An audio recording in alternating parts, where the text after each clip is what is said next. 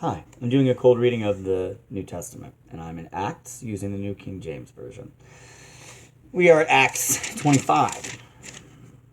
Paul appeals to Caesar. Now, when Festus had come to the province after 3 days, he went up from Caesarea to Jerusalem. Then the high priest and the chief men of the Jews informed him against Paul, and they petitioned him, asking a favor against him, that he would summon him to Jerusalem, while they lay in ambush along the road to kill him. But Festus answered that Paul should be kept at Caesarea, and that he himself was going there shortly. Therefore, he said, let those who have authority among you go down with me and accuse this man to see if there's any fault in him. And when he had remained among them more than 10 days, he went down to Caesarea. And the next day, sitting on the judgment seat, he commanded Paul to be brought. When he had come, the Jews who had come down from Jerusalem stood about and laid many serious complaints against Paul, which they could not prove. While he answered for himself, neither against the law of the Jews, nor against the temple, nor against Caesar have I offended in anything at all. But Festus, wanting to do the Jews a favor, answered Paul and said, are you willing to go up to Jerusalem and there be judged before me concerning these things? So Paul said, I stand at Caesar's judgment seat, where I ought to be judged. To the Jews I've done no wrong, as you very well know. For if I'm an offender, or have committed anything deserving of death, I do not object to dying. But if there is nothing in these things of which these men accuse me, no one can deliver me to them.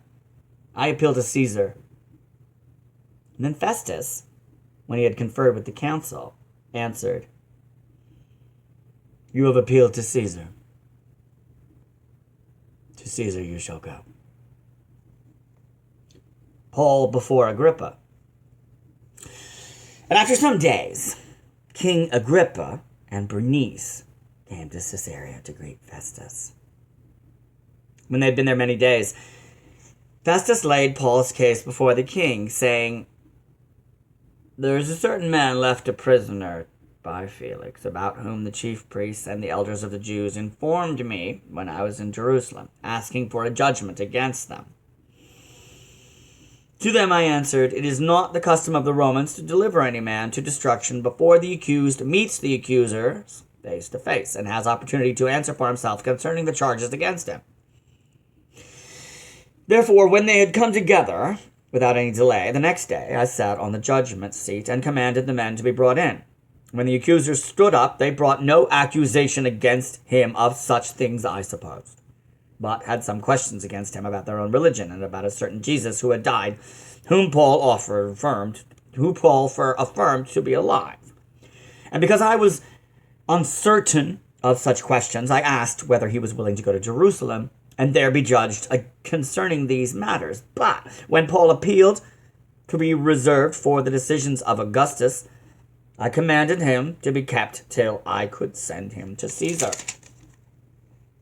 Then Agrippa said to Festus, I also would like to hear the man myself. Tomorrow, he said, you shall hear him. So the next day, when Agrippa and Bernice had come with great pomp and had entered the auditorium with the commanders and the prominent men of the cities, at Festus' command, Paul was brought in.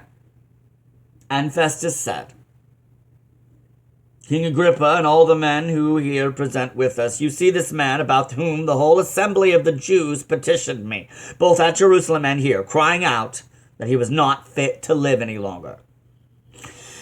But when I had found that he had committed nothing deserving of death, and that he himself had appealed to Augustus, I decided to send him. I have nothing certain to write my lord concerning him. Therefore I have brought him out before you, and especially before you, King Agrippa, so that after the examination has taken place, I may have something to write. For it seems to me unreasonable to send a prisoner and not to specify the charges against him. And that is the end of Acts chapter 25.